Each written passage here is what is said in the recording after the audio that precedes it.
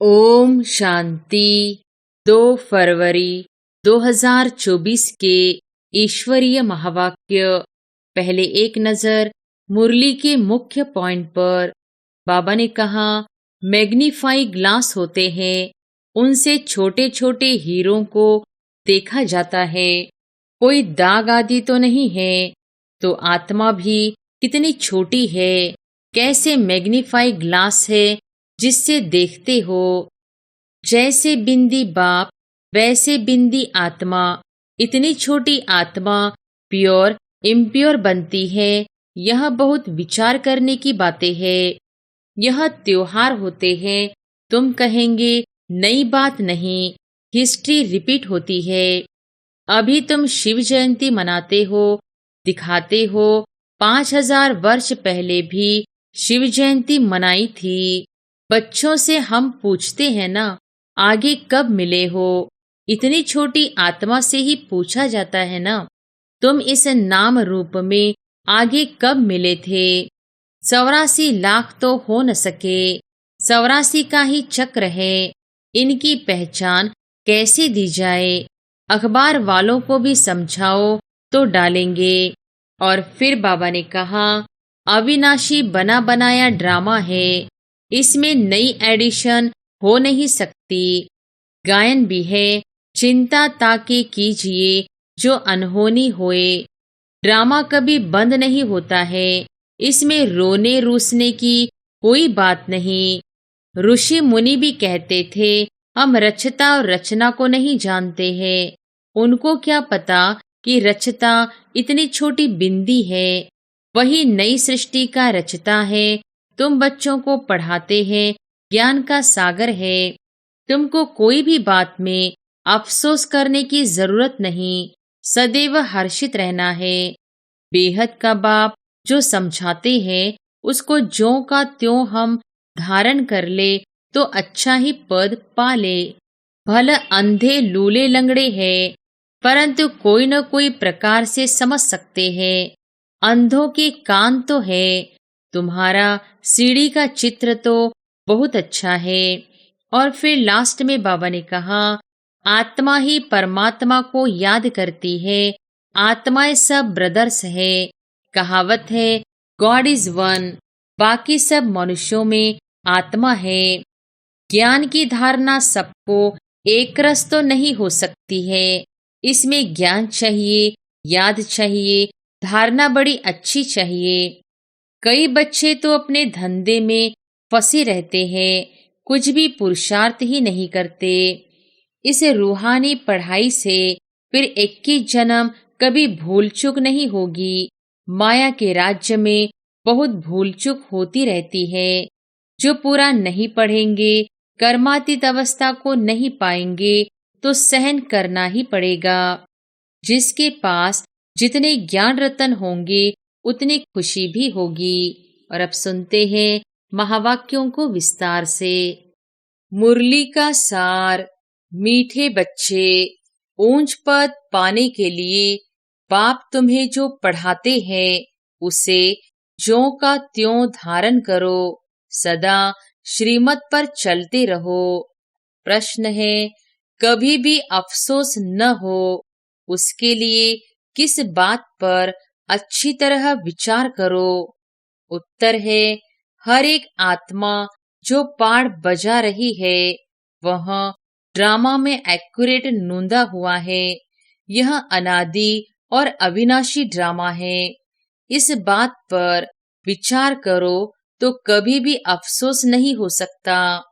अफसोस उन्हें होता जो ड्रामा के आदि मध्य अंत को रियलाइज नहीं करते हैं।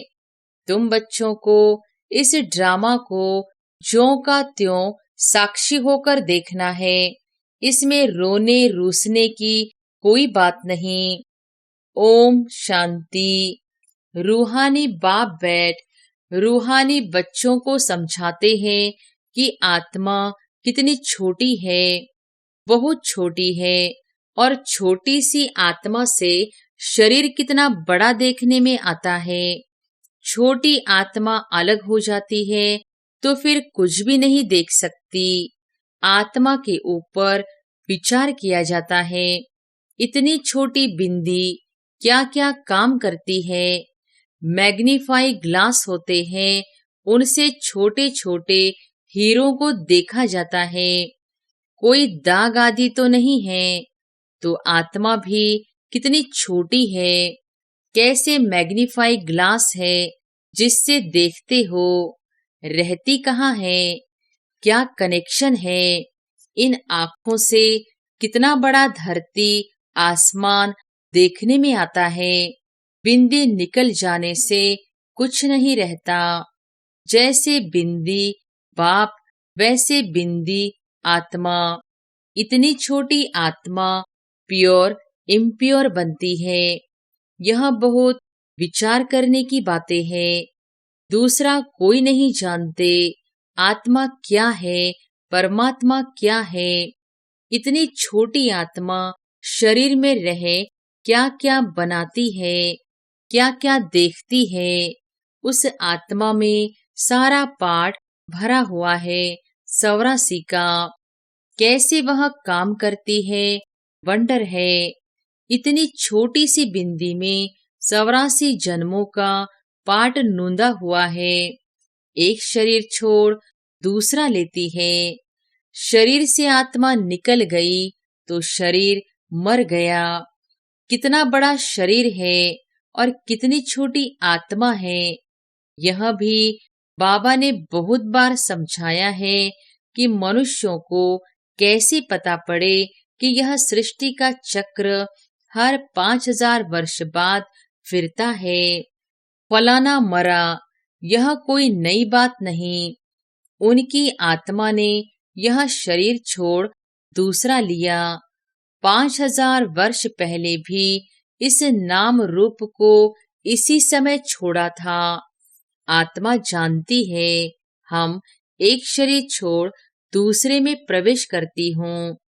अभी तुम शिव जयंती मनाते हो, दिखाते हो 5000 वर्ष पहले भी शिव जयंती मनाई थी। हर 5000 वर्ष बाद शिव जयंती जो हीरे तुल्य है मनाते ही आते हैं। यह सही बातें हैं। विचार सागर मंथन करना होता है जो औरों को समझा सके। यह त्योहार होते हैं, तुम कहेंगे नई बात नहीं। हिस्ट्री रिपीट होती है। जो फिर 5000 वर्ष बाद जो भी पाठधारी है वह अपना शरीर लेते हैं। एक नाम रूप देश काल छोड़ दूसरा लेते हैं। इस पर विचार सागर मंथन कर ऐसा लिखे जो मनुष्य वंडर खाए। बच्चों से हम पूछते हैं ना, आगे कब मिले हो। इतनी छोटी आत्मा से ही पूछना होता है ना, तुम इस नाम रूप में आगे कब मिले थे। आत्मा ने सुना तो बहुत कहते हैं, हाँ बाबा आपसे कल्प पहले मिले थे। सारा ड्रामा का पाठ बुद्धि में है। वह होते हैं हद के ड्रामा के एक्टर्स। यह है बेहद का ड्रामा। यह ड्रामा बड़ा एक्यूरेट है। इसमें जरा भी फर्क नहीं पड़ सकता। वह बाइस्कोप होते हैं हद के, मशीन पर चलते हैं। 2-4 रोल भी हो सकते हैं जो फिरते हैं। यह तो अनादि अविनाशी एक ही बेहद का ड्रामा है। इसमें कितनी छोटी आत्मा एक पार्ट बजाए फिर दूसरा बजाती है। 84 जन्मों का कितना बड़ा फिल्म रोल होगा। यह कुदरत है। कोई की बुद्धि में बैठेगा। है तो रिकॉर्ड मिसल बड़ा वंडरफुल है। 84 लाख तो हो न सके। 84 का ही चक्र है। इनकी पहचान कैसे दी जाए। अखबार वालों को भी समझाओ तो डालेंगे। मैगजीन में भी घड़ी घड़ी डाल सकते हैं। हम इस संगम के समय की ही बातें करते हैं। सतयुग में तो यह बातें होंगी नहीं, न कलयुग में होंगी। जानवर आदि जो भी कुछ है सबके लिए कहेंगे फिर 5000 वर्ष के बाद देखेंगे, फर्क नहीं पड़ सकता। ड्रामा में सारी नूंद है। सतयुग में जानवर भी बहुत खूबसूरत होंगे। यह सारी वर्ल्ड की हिस्ट्री ज्योग्राफी रिपीट होगी। जैसे ड्रामा की शूटिंग होती है, मक्खी उड़ी, वह भी निकल गई, तो फिर रिपीट होगी। अब हम इन छोटी छोटी बातों का ख्याल तो नहीं करेंगे। पहले तो बाप खुद कहते हैं, हम कलप कलप संगम युगे इस भाग्यशाली रथ पर आता हूँ। आत्मा ने कहा, कैसे इसमें आते हैं? इतनी छोटी बिंदी है। उनको फिर ज्ञान का सागर कहते हैं। यह बातें तुम बच्चों में भी जो समझू है वह समझ सकते हैं। हर 5000 वर्ष के बाद मैं आता हूँ। कितनी यह वैल्यूबल पढ़ाई है। बाप के पास ही एक्यूरेट नॉलेज है जो बच्चों को देते हैं। तुम्हारे से कोई पूछे, तुम झट कहेंगे सतयुग की आयु 1250 वर्ष की है। एक एक जन्म की आयु 150 वर्ष होती है। कितना पाठ बचता है। बुद्धि में सारा चक्र फिरता है। हम 84 जन्म लेते हैं। सारी सृष्टि ऐसे चक्र में फिरती रहती है। यह अनादि अविनाशी बना बनाया ड्रामा है। इसमें नई एडिशन हो नहीं सकती। गायन भी है, चिंता ताके कीजिए जो अनहोनी होए। जो कुछ होता है ड्रामा में नोंद है। साक्षी होकर देखना पड़ता है। उस नाटक में कोई ऐसा पार्ट होता है तो जो कमजोर दिल वाले होते हैं वो रोने लग पड़ते हैं। है तो नाटक ना, यह रियल है। इसमें हर आत्मा अपना पार्ट बजाती है। ड्रामा कभी बंद नहीं होता है। इसमें रोने रूसने की कोई बात नहीं। कोई भी नई बात थोड़ी ही है। अफसोस उनको होता है जो ड्रामा के आदि मध्य अंत को रियलाइज नहीं करते। यह भी तुम जानते हो। इस समय जो हम इस ज्ञान से पद पाते हैं, चक्र लगाकर फिर वही बनेंगे।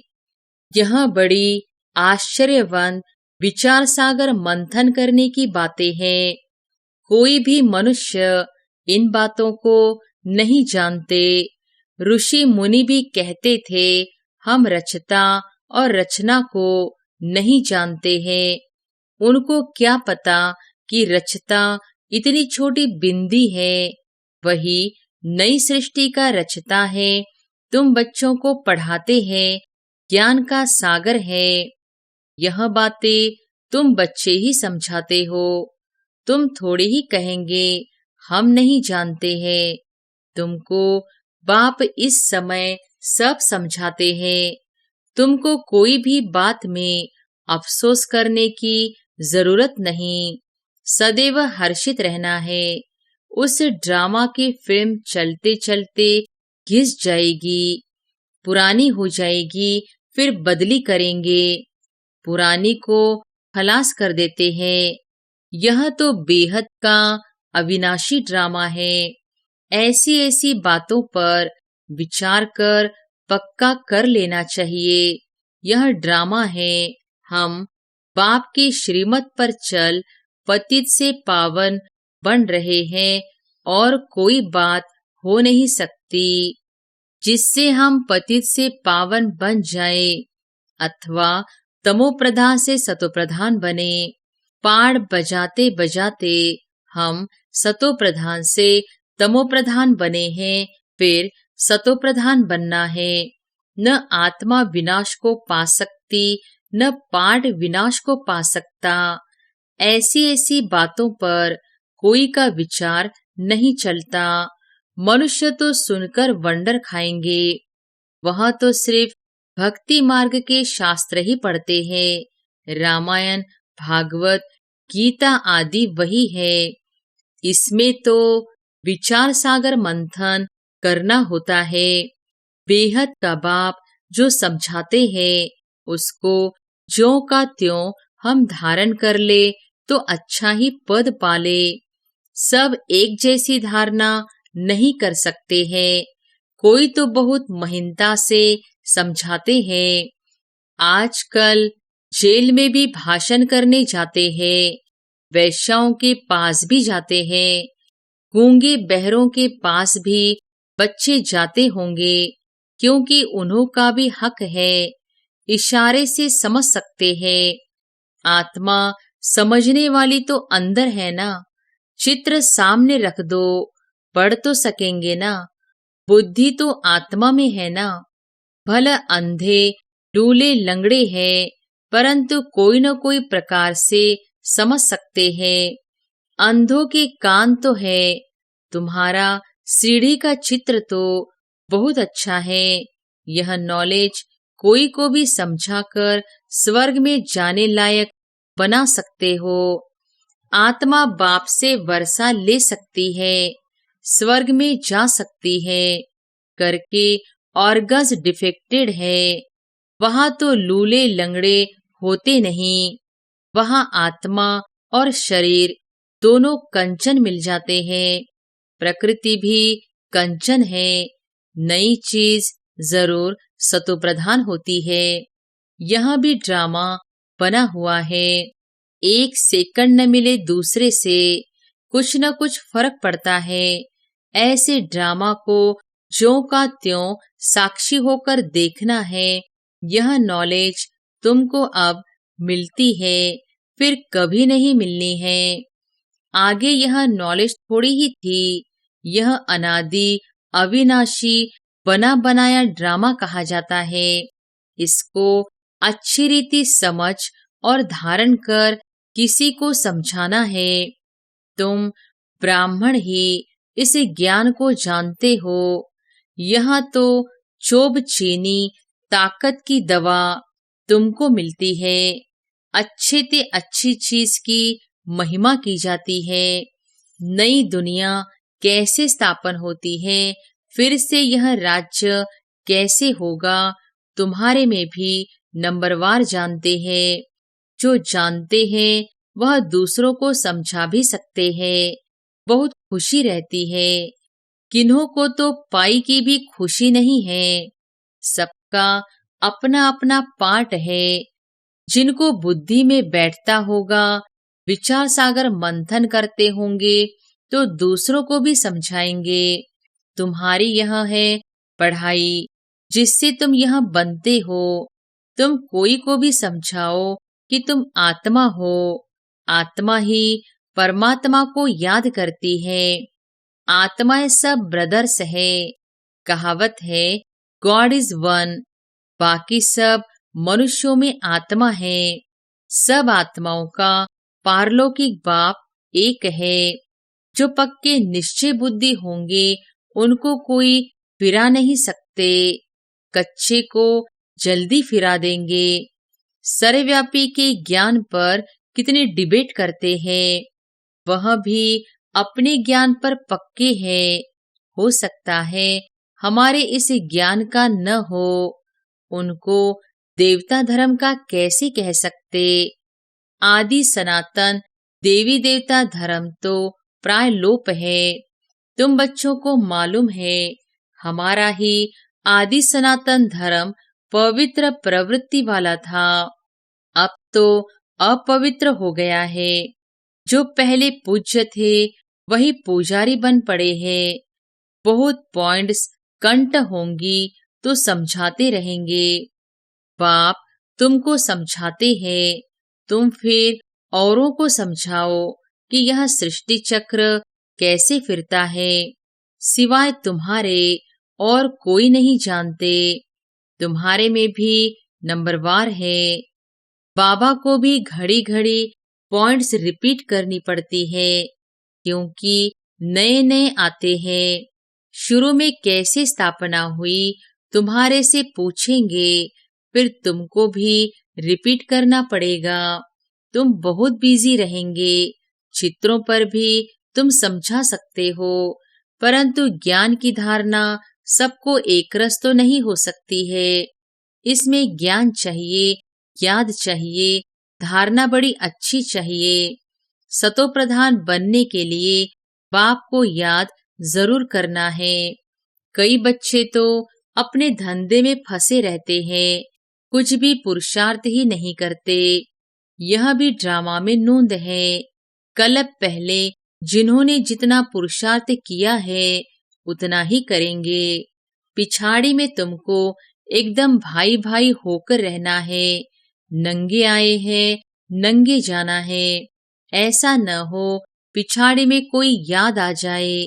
अभी तो कोई वापस जा न सके। जब तक विनाश न हो स्वर्ग में कैसे जा सकेंगे। जरूर या तो सूक्ष्म वतन में जाएंगे या यहाँ ही जन्म लेंगे। बाकी जो कमी रही होगी उसका पुरुषार्थ करेंगे। वह भी बड़े हो तब समझ सके। यह भी ड्रामा में सारी नोंद है। तुम्हारी एक रस अवस्था तो पिछाड़ी में ही होगी। ऐसे नहीं लिखने से सब याद हो सकता है। फिर लाइब्रेरीज आदि में इतनी किताबें क्यों होती है। डॉक्टर, वकील लोग बहुत किताबें रखते हैं, स्टडी करते रहते हैं। वह मनुष्य मनुष्यों के वकील बनते हैं। तुम आत्माएं आत्माओं की वकील बनती हो। आत्माएं आत्माओं को पढ़ाती है। वह है जिस्मानी पढ़ाई, यह है रूहानी पढ़ाई। इस रूहानी पढ़ाई से फिर 21 जन्म कभी भूल चूक नहीं होगी।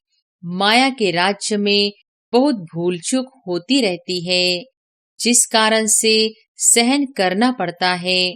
जो पूरा नहीं पढ़ेंगे, कर्मातीत अवस्था को नहीं पाएंगे तो सहन करना ही पड़ेगा। फिर पद भी कम हो जाएगा। विचार सागर मंथन कर औरों को सुनाते रहेंगे तब चिंतन चलेगा। बच्चे जानते हैं कल पहले भी ऐसे बाप आया था जिसकी शिव जयंती मनाई जाती है। लड़ाई आदि की तो कोई बात नहीं, वह सब है शास्त्रों की बातें। यह पढ़ाई है। आमदनी में खुशी होती है। जिनको लाख होते हैं उनको जास्ती खुशी होती है। कोई लखपति भी होते हैं, कोई कखपति भी होते हैं, अर्थात थोड़े पैसे वाले भी होते हैं। तो जिसके पास जितने ज्ञान रतन होंगे उतनी खुशी भी होगी। अच्छा, मीठे मीठे सिकिलधे बच्चों प्रति माता पिता बाप दादा का याद प्यार और गुड मॉर्निंग। रूहानी बाप की रूहानी बच्चों को नमस्ते। धारणा के लिए मुख्य सार। पहली पॉइंट, विचार सागर मंथन कर स्वयं को ज्ञान रत्नों से भरपूर करना है। ड्रामा के राज को अच्छी रीति समझकर दूसरों को समझाना है। किसी भी बात में अफसोस न कर सदा हर्षित रहना है। दूसरी पॉइंट, अपनी अवस्था बहुत काल से एकरस बनानी है ताकि पिछाड़ी में एक बाप के सिवाय दूसरा कोई भी याद न आए। अभ्यास करना है। हम भाई भाई हैं, अभी वापस जाते हैं।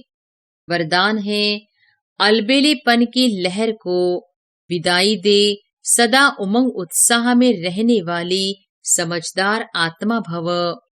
अलबेलेपन की लहर को विदाई दे, सदा उमंग उत्साह में रहने वाली समझदार आत्मा भव। कई बच्चे दूसरों को देखकर स्वयं अलबेले हो जाते हैं। सोचते हैं ये तो होता ही है, चलता ही है। क्या एक ने ठोकर खाई तो उसे देखकर अलबेलेपन में आकर खुद भी ठोकर खाना, यह समझदारी है? बाप दादा को रहम आता है कि ऐसे अलबेले रहने वालों के लिए पश्चाताप की घड़ियां कितनी कठिन होंगी। इसलिए समझदार बन अलबेलेपन की लहर को, दूसरों को देखने की लहर को मन से विदाई दो। औरों को नहीं देखो, बाप को देखो। स्लोगन है, वारिस क्वालिटी तैयार करो तब प्रत्यक्षता का नगाड़ा बजेगा। वारिस क्वालिटी तैयार करो तब प्रत्यक्षता का नगाड़ा बजेगा। अच्छा, ओम शांति।